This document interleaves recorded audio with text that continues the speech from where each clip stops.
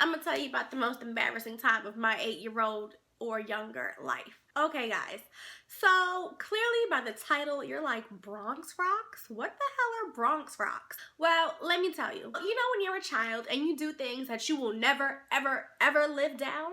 This is one of those moments, and Bronx Rocks is like burned into my memory for like ever. So I'm not really sure when this happened. I don't know how old I was. I know I was single digit age, definitely, because had I been double digit age, this would have been just even more of an embarrassing story. Okay, so I'm from Brooklyn and I have family that lives in the Bronx. So one of these days we were going to visit my aunt who lives in the Bronx, and we were taking a car ride, and I think I was just being very, very annoying per usual. So, I'm talking, I'm singing, I'm asking questions, I'm wondering when we're gonna get there, I'm hungry, I want this, I want that. I am being like probably the most ultimate brat there is, and I'm in the car. And it's my dad, my mom, and it's one of those rare occasions when everyone is, no, my mom wasn't in the car. No, it was my dad and I in one car, and then my sister, my mom, and my stepfather in another car. And I'm driving my father crazy. So when we get to the Bronx, he's not paying me no attention. He lets me out of my little car seat, and it's, one of them little young youth car seats where you just sit in it, and it's not like a strap-in, like a car seat. Yeah, so he lets me out of that, and I get out, and we're walking, and I run to my stepfather. I'm like, hey, what's up? You're here. And my mom, I'm hugging her like I didn't just see her 30 minutes ago, and my sister's looking at me like, you're being annoying.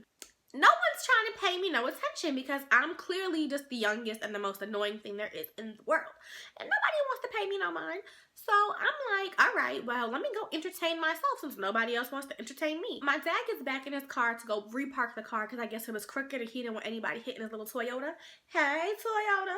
So, okay, he's back in the car. So I'm standing on the sidewalk. My mother, my stepfather, and my sister, they're over somewhere down the street having a conversation. So I decide to look around. What's on the ground? Maybe I'll find a quarter or something. I'll go to the corner store, give me a bag of chips or a juice or some candy. Something, because 25 cents took you a long way back in the day. I look on the ground and I see something sparkly, and I'm like, ooh, that is pretty. Like, that's gorgeous. Like, I'm gonna pick it up. And I'm thinking, I'm like, okay, my grandma has rocks like this at her house. And you break them apart and it's like all this little glitter and shiny stuff on the inside. So I'm like, yeah, I'm gonna take this back to my collection, or I'm gonna bring it to my grandma's house and I'm gonna show her. I pick up the rock and I'm like examining it. I'm like, ooh, it's pretty, it's shiny. And I'm holding it up to the light and I'm looking at it like, oh, this rock is hitting. So I'm real pressed. I'm running around. I'm like, look at my rock, look at my rock, look at my rock. Everybody's like, don't nobody want to pay me no attention. So my father comes out the car and everybody starts walking towards my aunt's house. So I'm standing there. I'm like, can somebody look at my rock? Like, what about me?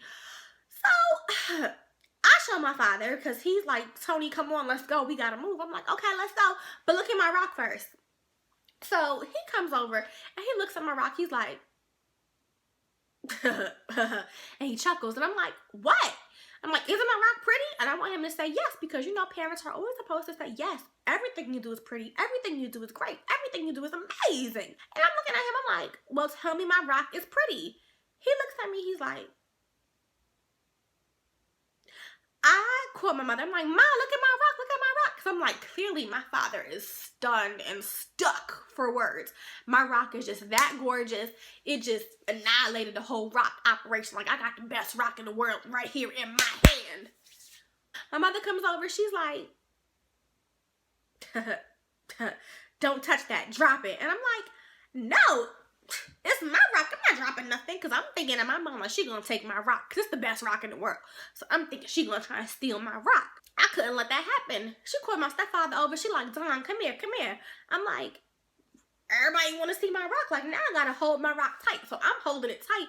It's behind my back. I'm like, no, I want to see my rock. I want you to see my rock. And my sister comes over. She's like, ew, that's not a rock. And I'm like, you're a hater. I didn't say you're a hater, but I'm like, yes, it is a rock, and it's pretty. Look how sparkly it is. And my mother goes smack. It smacks my hand, and I'm like,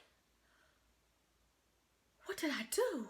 Because when you a little kid and you get popped, you did something. I'm like, what did I do? Like, I didn't even do anything. Everybody stuck for a second. And I don't think anybody wanted to tell me what the rock was. And I don't know if y'all are smart enough to know what the rock was at this point in time, but the rock was poop.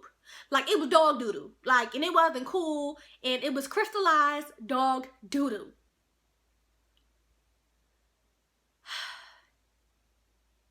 I had doo-doo in my hands, and I was caressing it, and I think I put it up to my face a couple of times. I think I went like this to see how warm the rock was. And I rubbed dog doo-doo on my face and my hands, and it was crystallized, so it wasn't like any particles.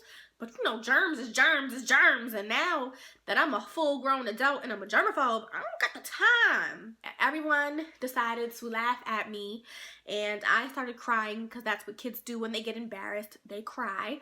I immediately kicked the rock because I was so upset at it because it betrayed me. Because you were my rock. You were my friend. You were my rock.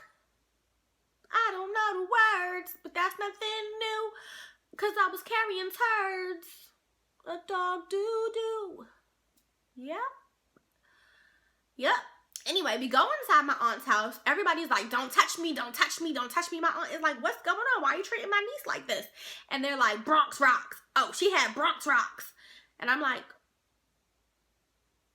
don't call it that. Like, that was my rock. Like, don't call it that. I'm embarrassed. And I'm crying. And I'm washing my hands. And they washing my hands for me. They don't want me to touch them even after I wash my hands. My aunt looking at me and she's laughing and ha ha ha. My cousin Gregory is like ha ha ha ha ha ha ha. My sister's laughing at me. Everybody just laughing at me. And I'm just sitting there looking with the dumb face because I got shit in my hands. Because I got the shitty hands. And now I'm sitting here. I'm like, all right, it's not even that funny. It's not even that funny. It wasn't funny. Like, that's it. And those are Bronx Rocks. And, you know, every time we go to the Bronx, and every time anybody sees dog doodle around me, they're like, oh, hey, Bronx Rocks. And I'm like, fuck you. Fuck you. And, yeah. So, that's my first story time, and those are Bronx Rocks. So, if you see any Bronx Rocks and you see anything on the ground that's glittery and shiny, don't pick it up. You don't know what it is. No.